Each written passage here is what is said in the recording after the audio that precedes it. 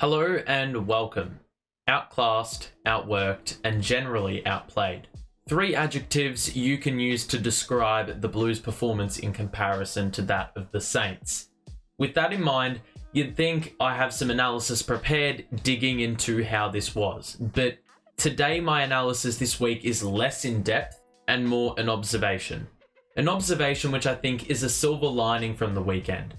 Now, last season, Zero Hanger reported after the first month that Marc Pittonet is the most valuable ruck when considering hitouts, and how many of those are to advantage. Now, the game that had just passed when that report was written, the Blues had just lost to the Suns, but that was missing Marc Pittonet, and it resulted in a -16 difference in clearances. In the first three games of last year, Pitto recorded 42 hitouts to advantage out of his 199 ruck contests, which is good for 21%. Best mark in the league. Since he was sidelined for about 12 weeks with the PCL from round 6 last year, the punch the Blues packed in the midfield in that great early start has never been the same. Last season, the Blues were second in clearance differential and fourth in points from clearances. This year, a shadow of their former selves. 12th in clearance differential and 15th in points from clearances. However, the omission or management, you think what you want, of Tom De Koning opened the door for Marc Pittonet to embrace the entire ruck responsibility, potentially to recreate the early season successes from last year. Pitto's hit-out advantage percentage this season is reminiscent of last year's, now currently sitting at 45%. That's good for number one in the league. And this percentage is referring to hitouts to advantage out of how many hitouts they've won, not ruck contests. So it's no surprise with an increased role that Pitto's game against St Kilda created optimism we can get back to that spot.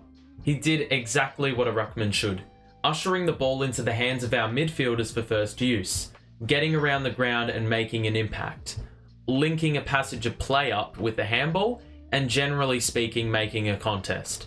The stats don't lie. He had 18 hitouts to advantage, 7 score involvements, 10 touches, and 7 1%ers. And whilst Rowan Marshall definitely made his presence known, it wasn't a domination of any kind. -78 disposals, -6 on centre clearances, and -26 in contested possessions were all numbers from last week's performance. This week, it became +86 in touches, +4 in centre clearances, and +20 in contested possessions. You can say that some of this was caused from our excessive amount of sideways and backwards kicking, as we failed to navigate through the Saints' defensive structure.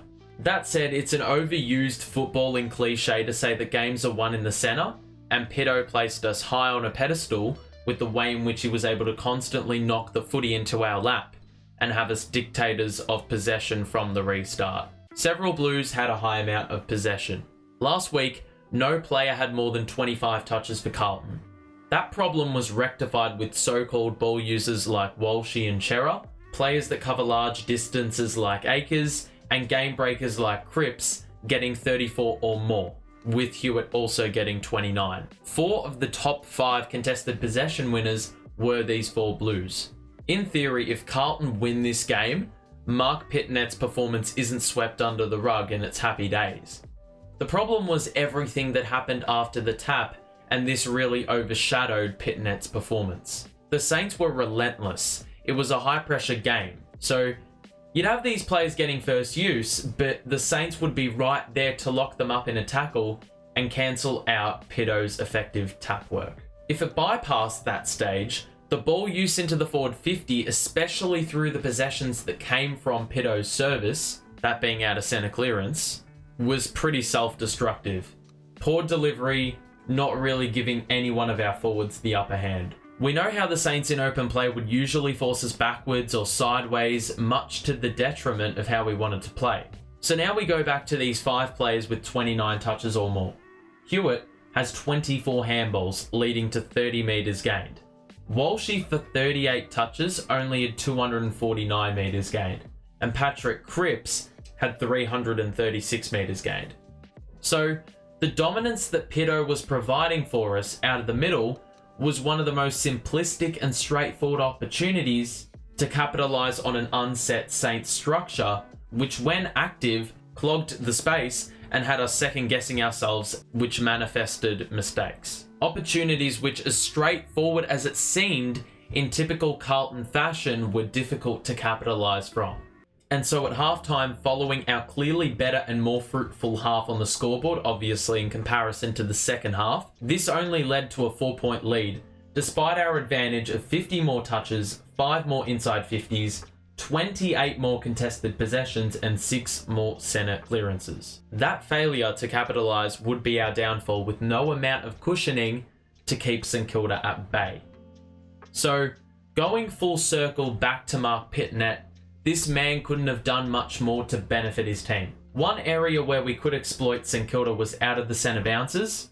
Statistically, we were in position to do exactly that, and with 18 hitouts to advantage, Pitto's performance was golden and should have been a major reason for a win. Would I bring TDK in if we're playing like a Melbourne with Gawn and Grundy? 100% yes.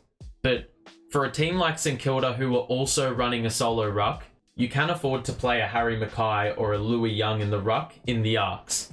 You may need to reshuffle between the arcs or get a Cripps there, but when the Saints have Mitchie Owens in the ruck as the second ruck, you're not really expecting the opposition to kill you in that department. We just looked a little bit more balanced with the amount of tools we did have, in that it kept the airspace a bit clearer and gave us better reinforcement at ground level. Whether the reinforcement was actually effective, that's another story. Look, given we have a lot to work on, I think the more simplistic we keep things, the better. And having a solo ruck is definitely the simplicity we need as a starting point for improvement. Improvement we already saw in such a small sample size from 1 week to the next. Thanks for tuning in. Share your thoughts. Hope to see you back for the round 7 analysis. We'll see you soon. Bye for now.